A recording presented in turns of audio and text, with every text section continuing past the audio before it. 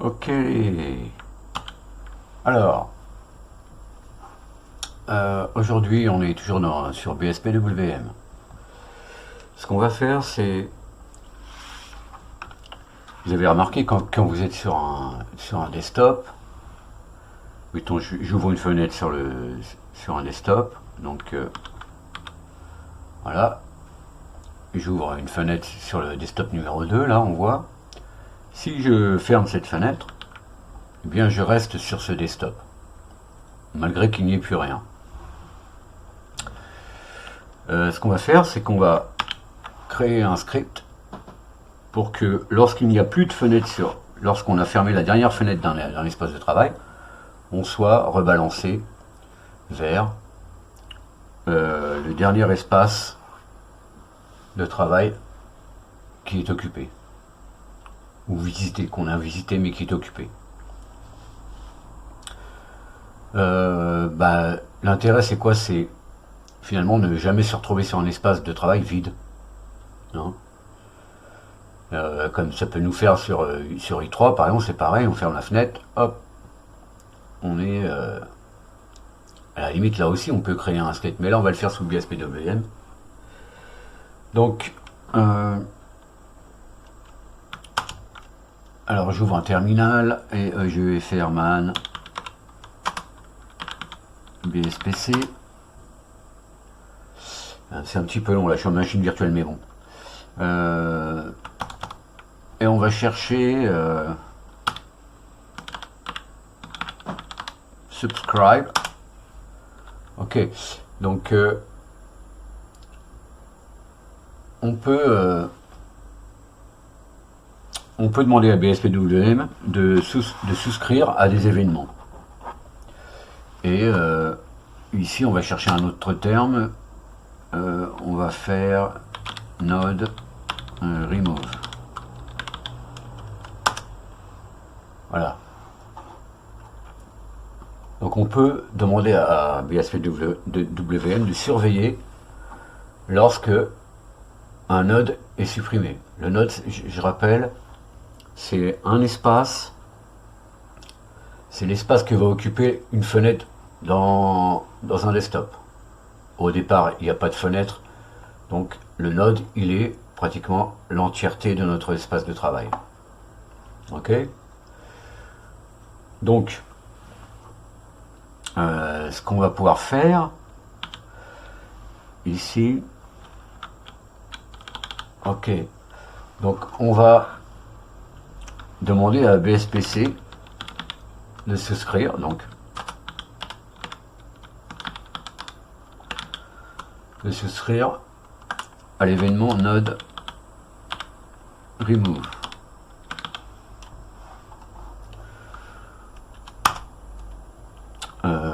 D'abord, voilà, on va pas épier le résultat de tout cela. Alors je vais revenir à la ligne dans une boucle en fait qui va surveiller les événements. Alors donc là on dit de lire, d'accord, ok. Donc en fait, alors on fait une série de tests.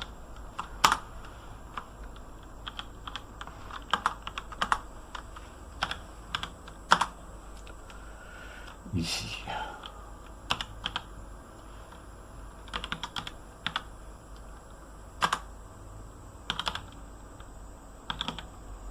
Query.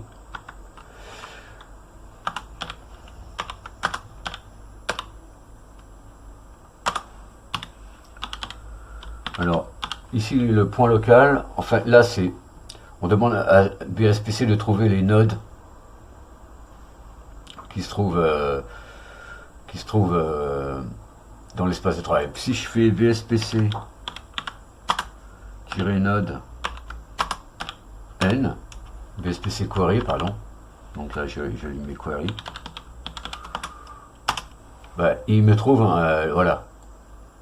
Là, c'est cette fenêtre-là, d'accord? Et donc, il me trouve un identifiant de cette fenêtre. Donc, il trouve quelque chose. Donc ici, le point local, ça veut dire sur le moniteur en question. Hein. Là, il s'agit de moniteur. Qu'on ait un ou plusieurs moniteurs, on va utiliser cette commande. Et ici, focus. D'accord? Donc si ça ne renvoie rien, et donc avec l'option Z, ça veut dire 0, donc 0 résultat en fait. Là, on rentre dans une autre boucle, mais une boucle for. Et puis on va appeler, alors on va mettre comme variable, on va mettre win comme window.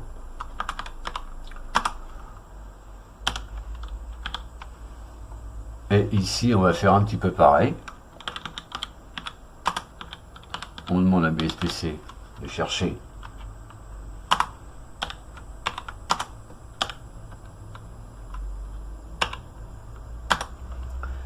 ici, alors les leaves, c'est-à-dire les feuilles, on sait comment BSPC fonctionne comme un arbre en fait. Hein.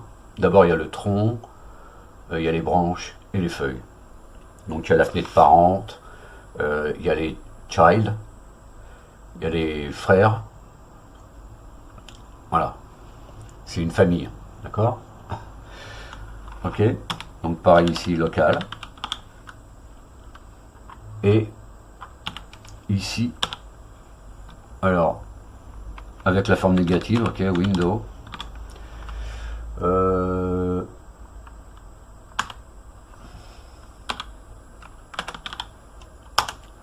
Voilà, ici on dit BSPC node. Et on va killer cette fenêtre. On va killer le node. Donc, je rappelle ma variable win, d'accord? Et je lui dis de killer.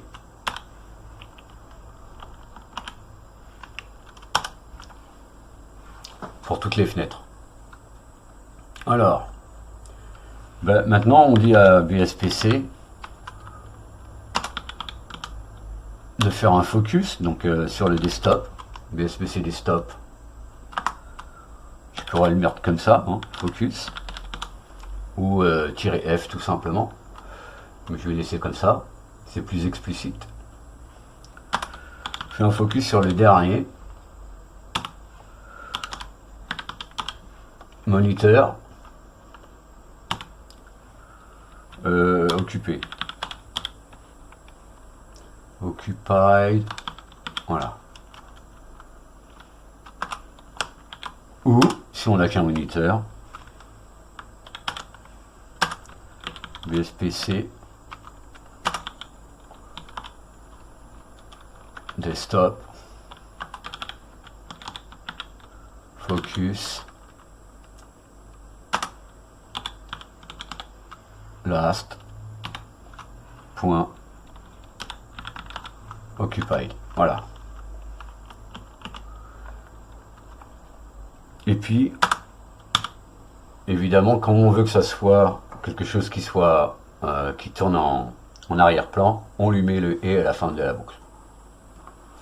Donc ça, en fait, tout ça, ça va tourner en background, et dès qu'il y aura un espace vide, pas, par exemple, si je vais sur le 2, ok, il est vide, on va pas revenir sur le 1, d'accord? Mais si on a fermé les fenêtres, fermé la dernière fenêtre de cet espace de travail, on sera automatiquement rebalancé vers le dernier espace de travail visité qui est occupé, sans faire de raccourci clavier. Donc, bah, ce script, en fait, je pourrais le lancer tel quel, mais on va l'incorporer à notre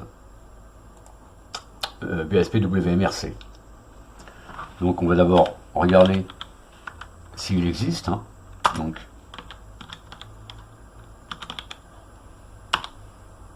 je l'ai appelé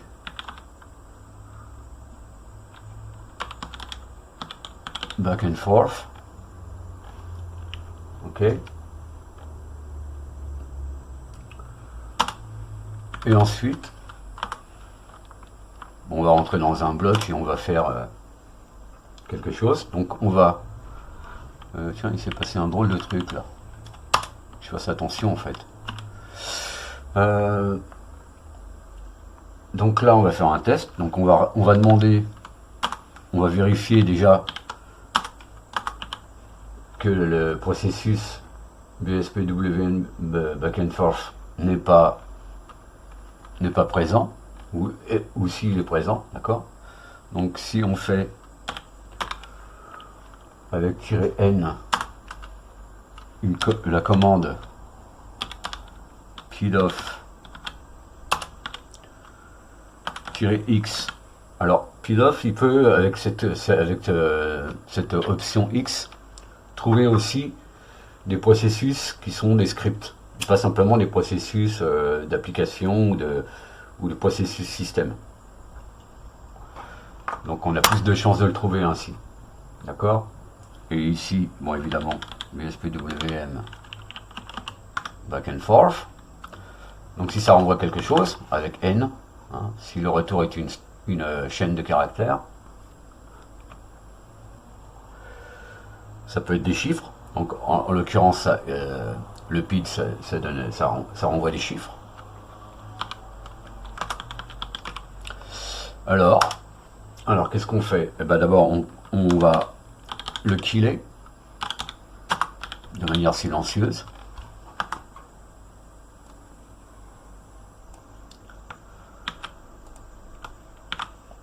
D'accord? Et ensuite, on l'exécute.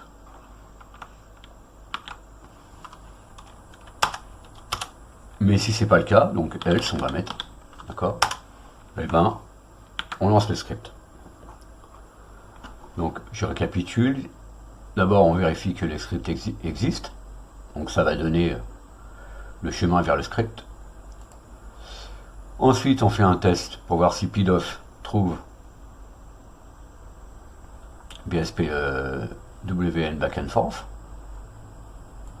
là, tel quel. Ensuite on le kill, puisqu'on ne veut pas plusieurs, si on relance notre configuration, on ne veut pas plusieurs instances de ce script, parce que ça va mettre le bazar. On le kill, et ensuite on l'exécute. Et s'il n'est pas présent déjà, eh bien on l'exécute. Alors je ne mets pas de « et » ici, puisque j'ai mis le « et » ici, pour qu'il tourne en background. Donc ici je vais lancer htop et puis je vais vérifier si mon processus BSPWN back and forth existe. Là on est par commande. Ok, donc on va relancer notre BSPWMRC pour voir s'il va exécuter la chose. Donc mode alt R, et voilà, on voit que maintenant il est en train de tourner. Ok, maintenant on va voir s'il est efficient, c'est-à-dire si, et ici on voit bien la commande bspc subscribe node remove qu'on a mis ici. Donc tout ça, ça m'a l'air d'être effectif. Ok. Maintenant, je vais lancer une fenêtre. Je vais lancer Firefox comme tout à l'heure. Ok. Et maintenant, je vais fermer Firefox. Donc, je vais le faire à la souris comme ça. On ne pourra pas me suspecter de faire un raccourci clavier pour revenir sur le 1. On va voir si ça fonctionne. Ah, je reviens sur le 1, dis donc. Et si je lance PCManFM, je ferme la fenêtre et je reviens sur le 1. Donc en fait, je ne me retrouve pas sur un espace de travail vide. Bon, je vais relancer par exemple PCManFM et je vais ouvrir un terminal. Ok, maintenant j'ai deux fenêtres. Si je ferme PCManFM, je reste sur la fenêtre puisque je reste sur le desktop puisqu'il n'y a plus rien. Maintenant si je fais exit, je reviens sur le desktop numéro 1, le dernier desktop occupé. Je relance Firefox. Je relance. Voilà. Donc le dernier espace occupé, on va voir. Voilà, je reviens donc sur le dernier espace occupé, c'est-à-dire la dernière fenêtre que j'ai ouverte sur le deuxième desktop. Et là, si je ferme, et ben voilà. Donc en fait, je ne me retrouve pas sur un espace vide. C'est une petite chose que j'apprécie. Et donc, ben voilà, je voulais partager avec vous. Donc je vais grossir ici. Si vous voulez regarder un petit peu comment il est fait, sinon, voilà, vous pourrez toujours le trouver sur mon GitHub. Voilà les amis, juste un petit truc comme ça, des petites choses pour se faciliter la vie dans notre Windows Manager du moment. Voilà, je vous dis à bientôt pour d'autres petits trucs et astuces sous BSPWM ou sous Linux en général. Voilà, allez, à bientôt.